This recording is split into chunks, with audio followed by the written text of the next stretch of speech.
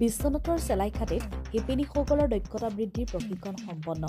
মহিলাসকলক আৰ্থিক স্বাৱলম্বিতা আৰু আত্মসংস্থাপনৰ লক্ষ্যৰে বিভিন্ন ধৰণৰ অভিলাষী আঁচনি চৰকাৰে গ্ৰহণ কৰিছে।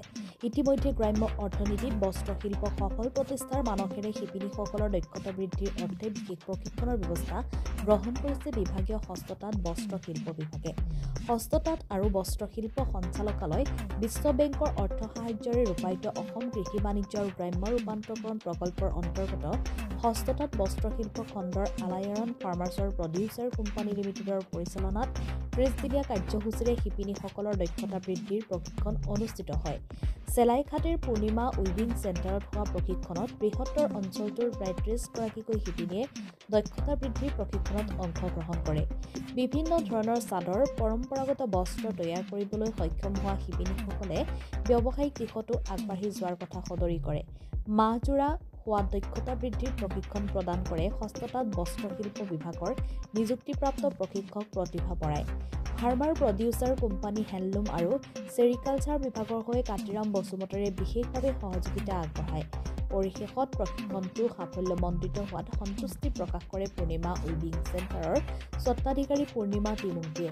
বিশ্বনাথৰ পৰা ৰমেশ চন্দ্ৰ চৰেঙৰ ৰিপোৰ্ট, আৰ্টিক টিভি অসম। বয়ন শিল্পৰ দক্ষতা বৃদ্ধিৰ পৰীক্ষণ আজি সম্পন্ন হৈছে, কি ক'ব এই সন্দৰ্ভত? হয়, আমি 30 দিনৰ কাৰ্যসূচী আজি সমাপ্ত কৰিলোঁ। আমাৰ এপাৰ্টৰ পৰা এই ট্ৰেইনিং দিয়া হৈছিলে। 20গৰাকীকৈ আমাৰ ট্ৰেইনিং দিয়া হৈছিলে শিপিনীক। আজি শেষ হ'ল। সেই টাৰ্গেট দিয়া অনুপাতে আমাৰ গোটেইখিনি কাপোৰে সম্পূৰ্ণ হৈছে। কেইখনমান বেছিকৈ বোৱা হৈছে, আপোনালোকে ইয়াত চাব পাৰিব। শ্বল বৈছোঁ আমি 8খন। তেনেকৈ বেছি সময় হোৱাৰ কাৰণে আমাৰ অলপ সুবিধা হৈ পেলাই আমি কাৰ্বি বেগ 3টাও প্ৰস্তুত কৰা হ'ল আমাৰ শিপিনী। সেয়াই। এনেই এই পৰম্পৰাগত সাজ-সজ্জাৰ ওপৰতো বিশেষ অগ্ৰাধিকাৰ দিছে?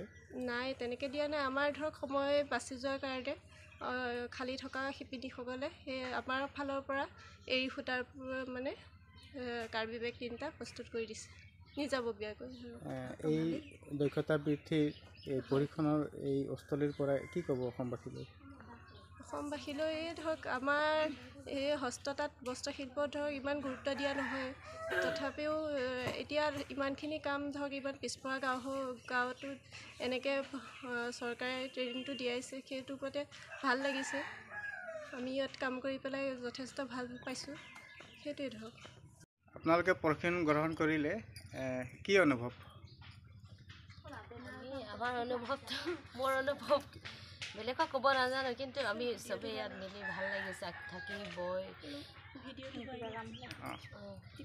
হয়, কওক।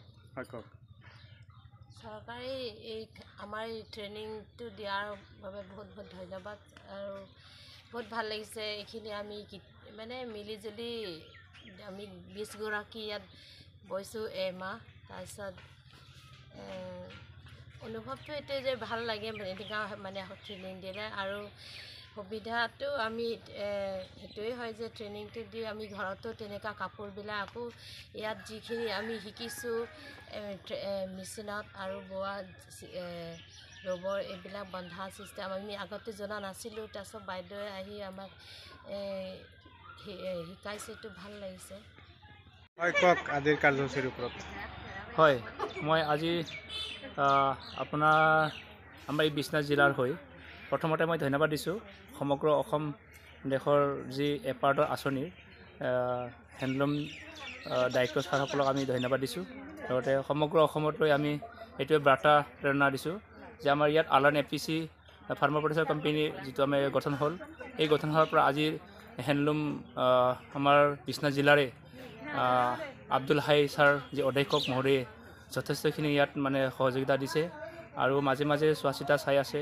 আৰু হেণ্ডলুমৰ আমাৰ ইনচাৰ্জ বশিষ্ঠ দাস ছাৰ, তেখেতসকলে আমাক ইয়াত যথেষ্টখিনি মানে কেনেকৈ আগবাঢ়িব লাগে, কেনেকৈ নাই সেইবিলাক আমাক ভালদৰে জনাই আছে। লগতে আমাৰ উপায়ুক্ত মেম ডক্টৰ নেহা যাদৱ বাইদেউনী যথেষ্টখিনি ইয়াত তেখেতে মানে এই মাজে মাজে খা খবৰ লৈ আছে।